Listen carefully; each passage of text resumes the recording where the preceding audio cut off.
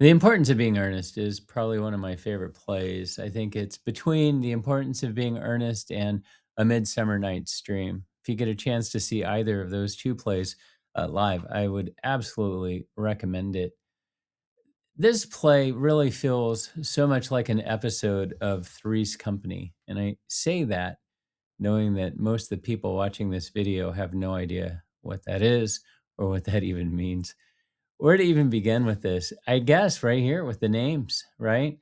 Um, we get into these different ideas of class and how classes are supposed to act. Remember, we talked a little bit about this with Marxist literary criticism, and it comes right in here when we're looking at earnest and what it means to be earnest. And so, just the name itself and the idea of having double identities, something that allows itself at a higher class might be something that is given them the opportunity to kind of have some fun while they're being so leisurely, right? They don't have to work. Their money is doing the work that they need and making more money. The big thing, obviously, here, well, as you get into it, is going to be the handbag, right? The Jack's entire identity hinges on this handbag. Now, um, one of the fun things about this is take a look at how serious things are treated absolutely absurdly and how absurd things are treated absolutely seriously.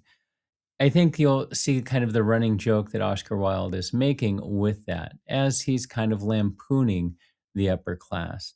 Of course, as we're doing a Marxist reading or criticism of this, again, it's very important not just to say, ha ha, rich people are silly. It's not really being reductive to that standpoint, but the things that they think are important. And so much of what we've seen in Candide is going to be coming through here, even though obviously they have very different aims with their satire. Um, just the idea that, position in life is so important, and yet at the same time, so arbitrary that even a simple handbag can decide your fate. So one of the characters here that is going to be lampooned quite a bit is Lady Bracknell. So consider what she actually represents within this play, and look at the treatment that she gives to Jack. What she asks about, what she ignores, what she considers to be disqualifying for him. And she doesn't really care about morality. She cares more about lack of background or structure, position in life, right? One thing that's kind of fun is just paying attention to the obscene amount of food that is eaten.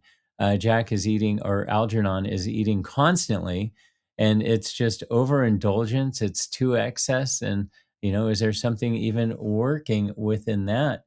Of course, there's bun burring, and specifically the idea of marriage.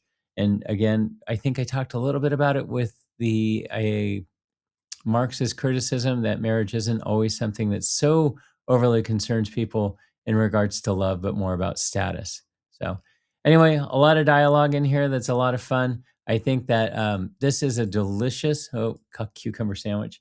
This is a delicious play specifically for um, our Marxist literary critical engagement. So, hopefully, you enjoy it.